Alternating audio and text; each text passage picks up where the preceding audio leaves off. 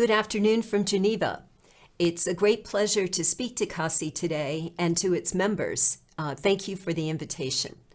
First of all, I'd like to congratulate CACCI on its 35th annual conference and its leadership over the past 55 years. You've made an important contribution into increasing business interaction and enhancing economic growth in the Asia-Pacific region. Thank you also for the policy statement and the accompanying report that you've transmitted to my colleague, Deputy Director General Gonzalez.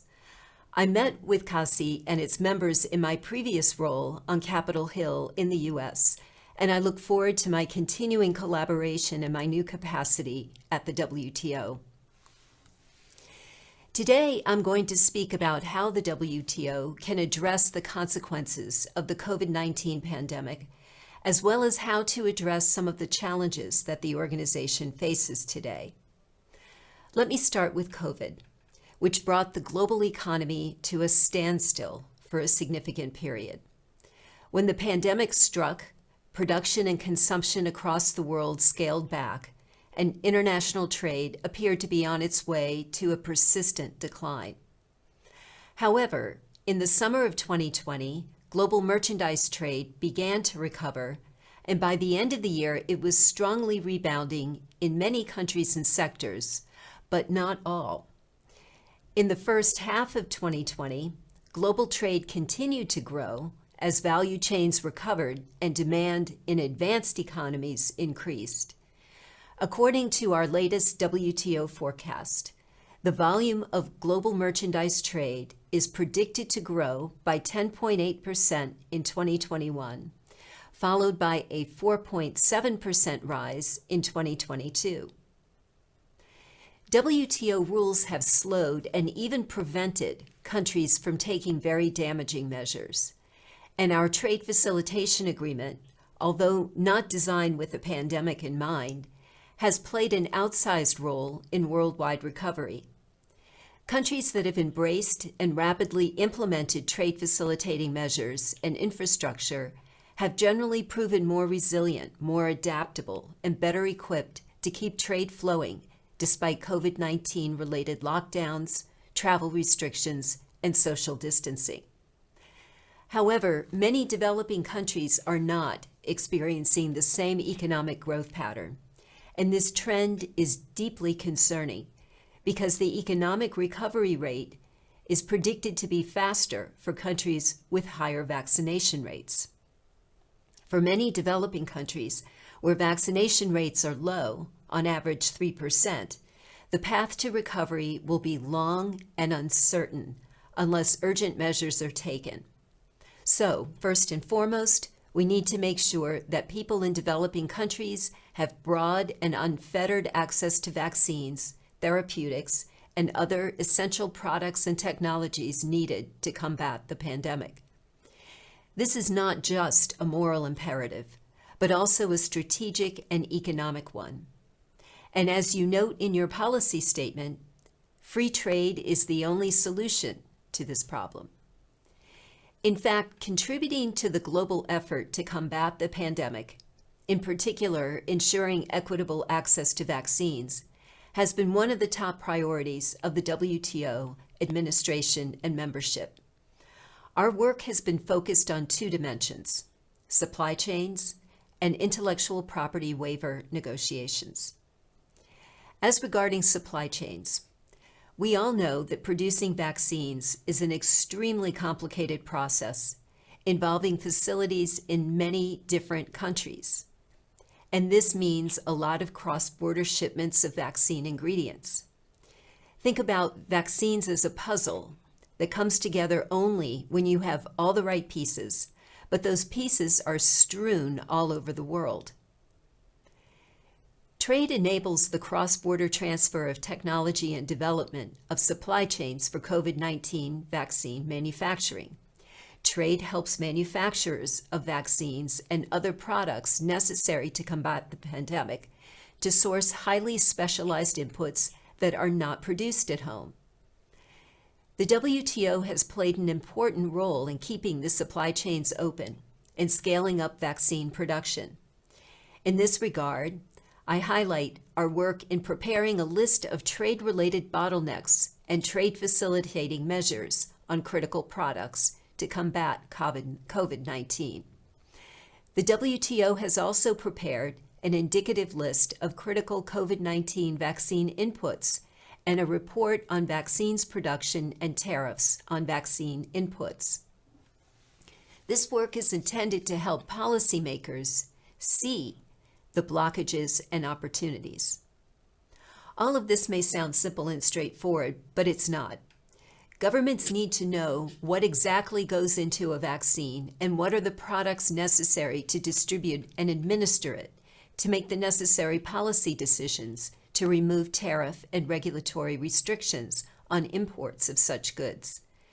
And while the average tariff on vaccines is merely 0.76%, average tariffs on vaccine ingredients, such as preservatives and adjuvants, are anywhere from 3 to 16 times higher. Pandemic response, insofar as it concerns export restrictions, trade facilitation, and regulatory coherence, is on the agenda for our 12th Ministerial Conference, which is less than a month away. And we're also striving to develop a framework for addressing future pandemics. Ambassador Walker of New Zealand is working with members to forge a ministerial outcome in this area. The second stream of our pandemic-related work negotiations is focused on the proposal by India and South Africa to waive obligations under the WTO TRIPS agreement with respect to intellectual property. While those discussions are not as far along, it's essential to see a balanced and effective outcome. Our experience with the pandemic has once again confirmed that trade has been and remains a powerful engine for economic growth. But we can't take the ability to trade for granted. Exporting to foreign markets requires effort, and business needs to have confidence that the operational framework of trade is predictable, transparent, and relatively consistent. And this is where the WTO, as the guardian of multilateral trade rules, comes into play. But there's no way around the fact that the last few years have been difficult for the WTO and for trade's reputation in general. The key element permeating discussions in the WTO these days is that we all acknowledge that the WTO needs reform. This was the Director General's message when she ran for the office, and we hear it from countless WTO members, academics, and business representatives. And certainly Andrew made a very good case as well just now. So how can we make the WTO stronger? In my view, the best way to repair the organization is to achieve results in key areas of our work. The upcoming 12th Ministerial Conference is an important milestone that offers a great opportunity for us to achieve concrete outcomes. In addition to the pandemic work that I've just described, our top priority is to conclude the fisheries negotiations, which have been ongoing for 20 years.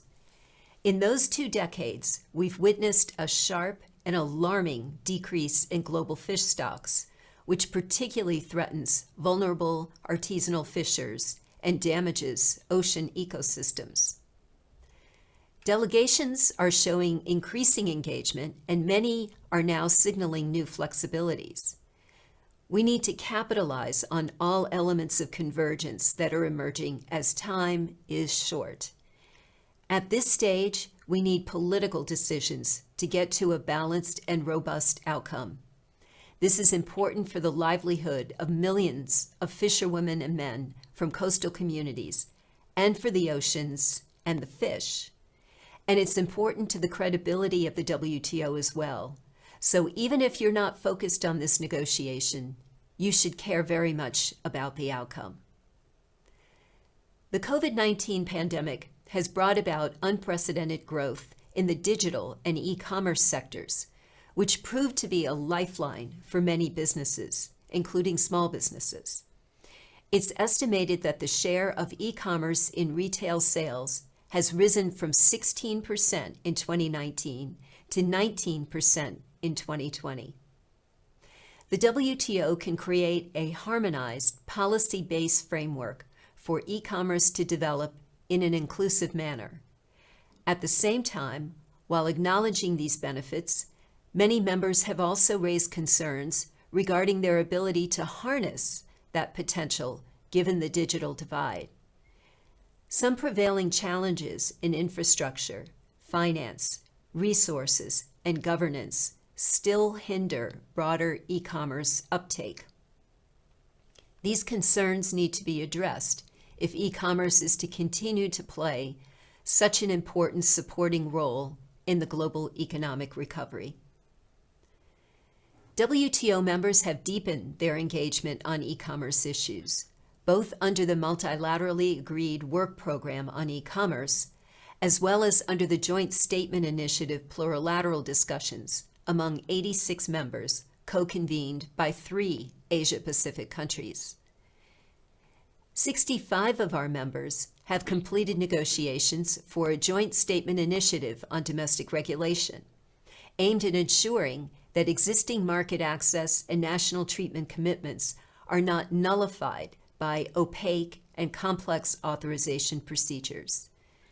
The draft text contains a novel provision on non-discrimination between men and women in the context of authorization procedures for service suppliers. This will be the first provision of its kind in a WTO negotiated outcome. As we know, there are many MSMEs in the services sector, and they will be the major beneficiary of the new rules on domestic regulation and e-commerce. Another area where we see progress is environment and climate change. Of course, the WTO is not the place to establish global climate policy and how goals will be reached. We see that happening this week in Glasgow. But the WTO plays an important role because its rules govern measures and instruments that are relevant for implementing climate policies, such as tariffs, subsidies, and even regulation. To transition to a low-carbon economy, countries need affordable access to advanced technologies. And open trade plays a critical role in providing such access. For example, the WTO can bring down tariffs on goods needed to get to net zero, such as solar panels and wind turbines, through an environmental goods agreement. The international community is now converging on the urgent challenges of climate and sustainability. Therefore, at MC12, we need a clear political signal from trade ministers that they recognize the importance of addressing these challenges, in particular through trade. In addition, we need to update our rules on agriculture, an important and challenging issue for many members. While negotiations are proving difficult, many members believe that MC12 must have an outcome on agriculture. Members have been working on draft ministerial text circulated by the chair of the negotiations. But gaps persist on the key issues of domestic support and public stockholding, which will set the level of ambition for the overall agriculture outcome. But if they are still out of reach, we should at the same time still aim for outcomes on food security and transparency, and set a clear path for addressing other issues, such as the special safeguard mechanism, cotton, export competition, and market access. Finally, both old and new rules are toothless if there is no effective and efficient way to enforce them. We need to reform and revitalize the WTO dispute settlement function to make sure that members can seek redress and that there are effective remedies to violations of WTO rules. The importance of a successful MC12 can hardly be overstated. It's necessary to show that the WTO is back on track, fit for addressing the challenges of the 21st century, and can deliver for members and people relying on trade to drive a strong economic recovery. To get there, we need a strong commitment and political will from all WTO members and from the business community to get tangible results. At the same time, we have to be realistic because some issues may be more difficult and won't conclude at MC12. For such issues, MC12 may focus on working toward a future outcome with work programs to be developed in some areas. It's also important to work to restore trust between members, which has been shaken over the years. This is particularly visible in the relationships between developed and developing country members of the WTO. Some developing countries feel that they are precluded from taking full advantage from the benefits and flexibilities provided to them as developing countries. By contrast, some developed countries have expressed concerns that certain countries with a high level of development unfairly benefit from being self-designated as developing. MC12 is a good opportunity for members to listen to each other and increase the level of trust through specific outcomes and by setting the table for next year. I'd like to conclude with a plea. If you value the WTO, then it's important to make the case that it's relevant and that it's worth improving and modernizing, to make the case to the rest of the business community and to your governments. We can't take for granted that everyone believes in the value of trade and establishing a rules-based system governing trade. We at the WTO very much appreciate your views on what reforms are needed, as expressed in your policy statement. CACCI and its members are well placed to make outreach directly with decision makers in the region, as well as with the public at large. We have to demonstrate where the WTO has been successful, be honest about where it's not, and be ambitious as to how we can make it better. Businesses must be a voice for good on matters that are in their immediate interest, as well as broader issues like climate change, fisheries, and access to vaccines. We count on you. Many thanks for your attention. I look forward to your questions and comments, and I look forward to working with you in the years to come. Thanks very much.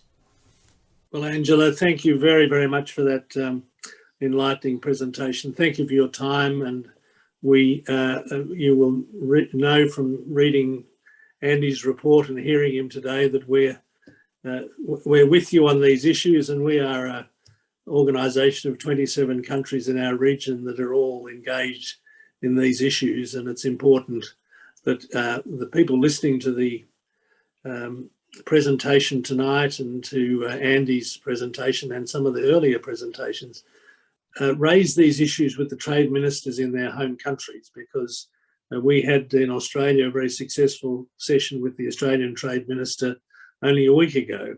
But we really want to roll these out through our member organisations to alert already engaged trade ministers, but the importance of these issues and how they're presented. So look, it's wonderful to have had you with us today, and thank you very much for your time. We're going to have a reasonably brief question session, unfortunately, because where time is limited. But I have one question here for you, Angela. Why not just lift vaccine patents to encourage widespread production of the most effective and longer lasting vaccines? The trade-off is quicker revival of trade to stimulate economic recovery. Well, I think that in terms of how trade can stimulate economic recovery, as I mentioned, the key here is pandemic recovery in terms of the health issue, and then how it relates to the economic issue.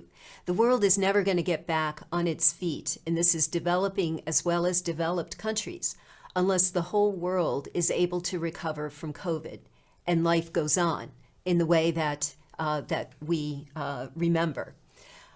But it's very difficult to do that if people in developing countries don't have the same access to vaccines. So I really cannot emphasize enough how fundamental that question is. So the work of the WTO in trying to address this from a practical perspective to make sure that the roadblocks, the blockages are known, that policymakers know what they can do to address supply chain deficiencies, how they can build more resilient supply chains. We've undertaken an effort to get the business community to talk to each other, working with other international organizations to try to identify what some of these blockages are. It was really very interesting to me to see how business really hadn't talked to each other very much. So the WTO was, I think, took on a very important role in that. And so I think that continuing that effort is very important, a very practical effort, so that business and governments can make decisions that are sensible, and that helps bring vaccines directly to people, increasing manufacturing all over the world. Now, at the same time, we have the intellectual property issue, and that's still very much hotly debated. And then, of course, on climate, which is a huge crisis, as we all know. And there's so much that the WTO has been trying to do, but we really need more of a mandate, more of a sense from our members about the importance of addressing climate through trade. It's not the only way to address climate, of course.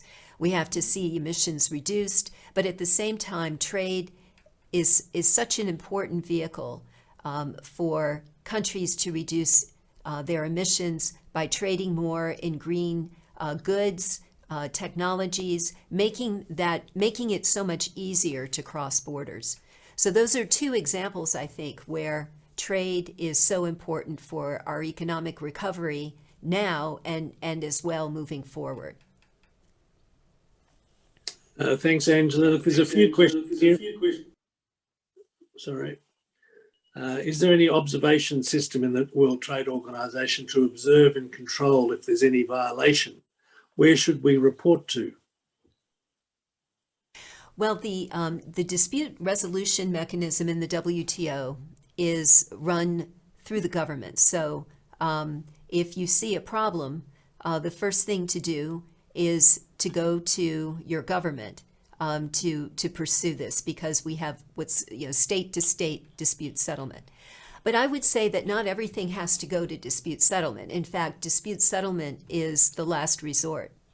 The idea is to try to resolve problems before they start, and to also engage in consultations and discussions about how these problems can be avoided, or once they've begun, how they can be, how trade can be revitalized again. So we have in the WTO a very important monitoring and review mechanism that's been very effective in identifying problems before they begin and before having to go through a lengthy dispute settlement mechanism. We just had these trade policy reviews, these periodic reviews for China, Korea, and Russia. And it's a 2-day opportunity for countries to sit down and talk about some of the problems that they face. And every WTO member is reviewed periodically, so everyone has their chance in the hot seat. Well, Angela, thank you so much. There's a bit of echo. No, that's better. The question and answer session, I'm happy to abbreviate. Unfortunately, time is on the wing. But look, there are other questions, and I just encourage people to send the questions either to CACCI or to Angela directly, and I'm sure you'll receive an answer, and we'll pass them on to you in any event. And also remind everybody that all the presentations tonight will be available in the next couple of days via the CACCI Secretariat for people who want to ponder some of the comments and observations more thoroughly than they're able to all in one session.